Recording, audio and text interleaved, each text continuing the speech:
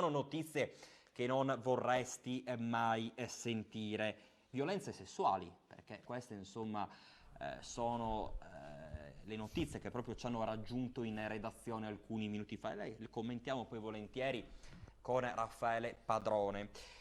La squadra mobile della questura di Pordenone, unitamente ai colleghi della sezione di polizia giudiziaria, coordinati dalla locale procura della Repubblica, il 15 novembre hanno dato pronta esecuzione all'ordinanza di custodia cautelare presso il domicilio emessa a carico di un ultrasettantenne residente nella destra tagliamento, resosi responsabile dei reati di violenza sessuale aggravata, poiché commessa continuativamente per anni, ai danni delle 2 nipoti minorenni. Io credo che più schifo di questo, già la violenza sessuale fa schifo, sì, questo ecco, il nonno che abusa delle minorenni è ancora più schifoso, La scrupolosa e approfondita attività di indagine trae origine dalle denunce presentate proprio dalle vittime, ora maggiorenni, le quali, dopo aver trovato la forza di rivolgersi alle autorità, hanno potuto trovare nelle donne e negli uomini della Polizia di Stato un sicuro punto di riferimento e di ascolto, trovando la professionalità e la competenza necessaria ad ottenere conforto e soprattutto la giusta risposta giudiziaria alle odiose violenze patite. Poi ve le leggerò anche, le violenze. Peccato che dati fastidio leggerle. sì, no, ma allora, guardi, in questo caso, se non ci fosse la deontologia giornalistica, io avrei dato nome e cognome della persona. Purtroppo dobbiamo tutelare per le violenze chi ha subito queste violenze, quindi dando nome e cognome verrebbero facilmente riconoscibili. Quindi evitiamo ovviamente di andare contro anche le deontologie, non le diamo, ma noi ce le abbiamo, Sì. il nome e cognome di questo orco. Gli elementi investigativi così raccolti hanno consentito di accertare le gravi responsabilità dell'arrestato in merito alla fattispecie contestate delle vicende, qualificandolo come un vero e proprio predatore sessuale, scrive la questura di Pordenone, senza scrupoli, poiché ponendo in essere condotte subdole e molto spesso addirittura violente, approfittando vergognosamente del proprio ruolo del nonno, con cadenza pressoché quotidiana e per anni, questi ha costretto le vittime a subire violenze inaudite e abusi di ogni genere, anche con il sadico utilizzo di sex toys. Avete presente? Sono i vibratori, no? Sex toys è il gergo, insomma, usato in inglese per rendere, insomma, meno cruda la consistenza degli oggetti fallici, evidenziando un disinteresse e una crudeltà agghiaccianti nei confronti delle nipoti. Il tutto seguito da minacce quotidiane di ritorsioni se mai avessero raccontato a qualcuno tali episodi, assicurandosi per anni un muro di omertà. La costante reiterazione del reato, le circostanze concrete e le gravissime modalità delle condotte contestate, tra cui spicca il pretesto di aiutarle negli studi per potersi avvicinare loro tutti i giorni, restituiscono un quadro di indicibile devianza sessuale per un soggetto che agiva come uno spietato aguzzino in danno di 2 ragazzine indifese, incapaci di opporsi in alcun modo, poiché totalmente da lui soggiogate e terrorizzate. Questo vero e proprio orco non si è fatto alcuno scrupolo, né ha manifestato qualsivoglia segnale di repiscenza morale nel perpetrare con pervicacia criminale e fredda determinazione il proprio schema di pedofilia predatoria. Se lo scrive il questore, che è sempre una persona morigerata, diciamo, nell'utilizzo, anche vuol dire che siamo arrivati ad una situazione, usa lei il termine, Raffaele Padrone, mi aiuta, perché magari io vengo poi magari ripreso e sanzionato dall'ordine dei giornalisti. Guardi, lei non ha filtri, quindi può tranquillamente... ovviamente, intanto ben ritrovati. Ovviamente parlare di queste cose dà un enorme fastidio, perché soprattutto quando queste violenze vengono fatte da persone della famiglia, cioè già ogni giorno si legge purtroppo il padre abusato della figlia, quante volte lo leggiamo, addirittura i genitori entrambi che abusano della figlia, del figlio, quello che è. Sentirlo del nonno, penso che il signor Questore sia stato, conoscendolo, sia stato anche buono nel descrivere questo episodio che anch'io ho ricevuto prima di entrare in studio dal nostro ufficio stampa. È una grande vergogna, perché il nonno, cioè, ha una figura particolare, no? Ma guardi, io sono stato...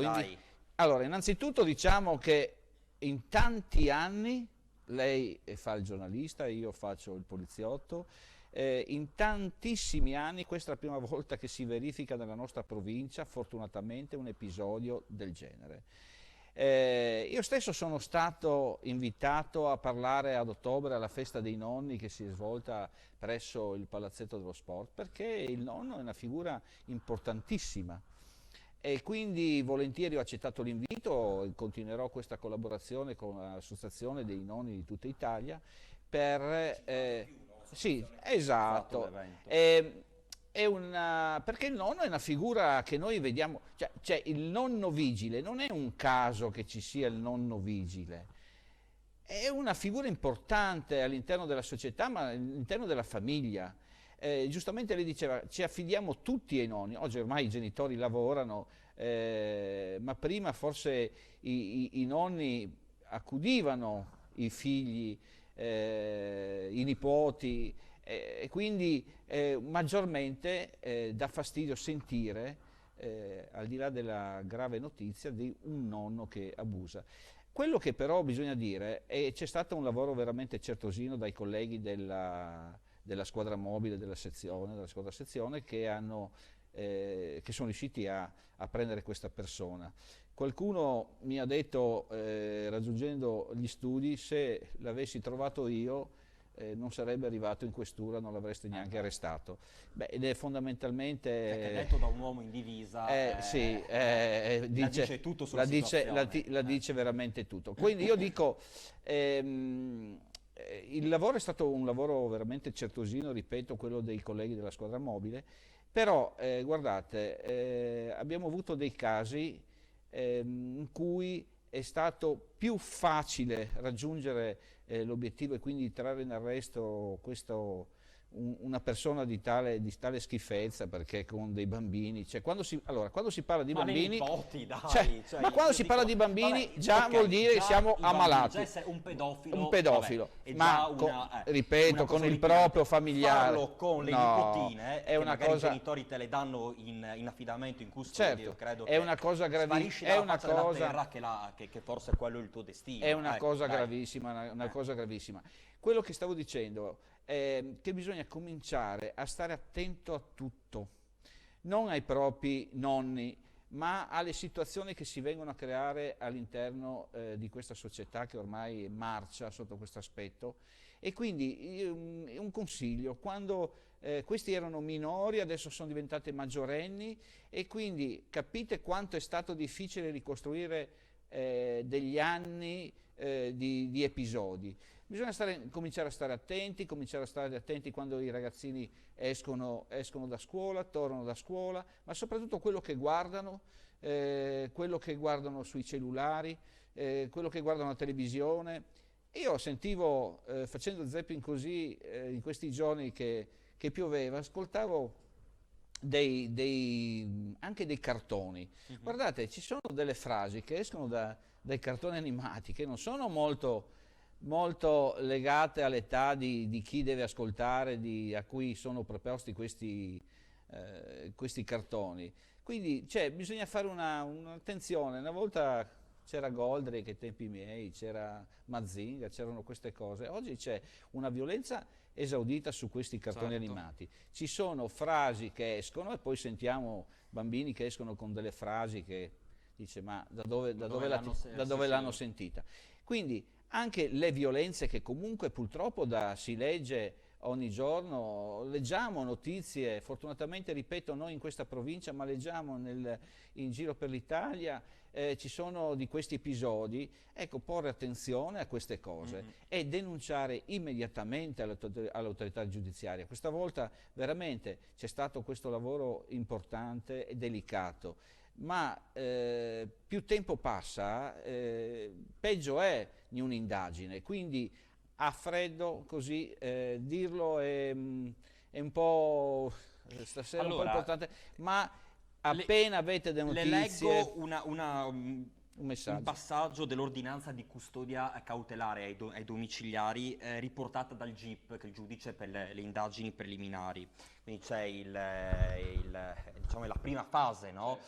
c'è appunto il magistrato, il pubblico ministero che o personalmente o attraverso gli uffici della PG, della Polizia Giudiziaria, dà l'avvio alle indagini su fatti certi. Poi si passa appunto al giudice per le indagini preliminari che scrive: le dichiarazioni delle due ragazze appaiono oltremodo dettagliate, precise, coerenti, tragicamente collimanti nel descritto modus operandi dell'uomo, e ciò lo rende tuttora, quindi ci sarebbe anche pericolo magari non soltanto per ormai le due maggiorenni, Ma per altri bambini. pericoloso, e lo rende tuttora oltremodo pericoloso, con un rischio di recidiva che in assenza di un percorso terapeutico lo Stato non può dirsi sopito e superato. Ecco, ha detto, Quindi, ha detto giusto il GIP, perché adesso l'età per rimanere in carcere non so se esista più in questo caso, però le persone vanno curate, cioè anche se vanno arrestate, vanno curate. Io non so quanti, se lei la pensa così, vanno curate. Al di là di qualcuno che politicamente potrebbe parlare di castrazione chimica e via no, discorrendo, no. ma non mi interessa, ma queste persone vanno curate, perché se l'hanno finita con i propri nipoti iniziano con altri bambini. Questa è la pericolosità Certo. del pedofilo. La persona va curata, e credo che siamo in una situazione nel nostro paese dove questo interesse viene meno e quindi i casi aumentano. Grazie allora a Raffaele Padrone, vice Grazie a segretario voi. nazionale FSP Polizia. È sempre difficile parlare di queste Sì, situazioni, però cerchiamo insomma di essere riportare, no, la realtà sì. dei fatti, e soprattutto di mettere anche alla Ho correnza detto grazie a l'attenzione. Dio, mai successo Sì. a Pordenone e in Ed è provincia di successo, Pordenone. purtroppo. Grazie ancora Grazie al ancora. dottor Padrone. Incendio alla Lavas di Bruniera questa notte. Le fiamme di fatto hanno distrutto l'azienda, 800 metri quadrati di superficie. Allora noi ci siamo recati sul posto, sentiamo il servizio.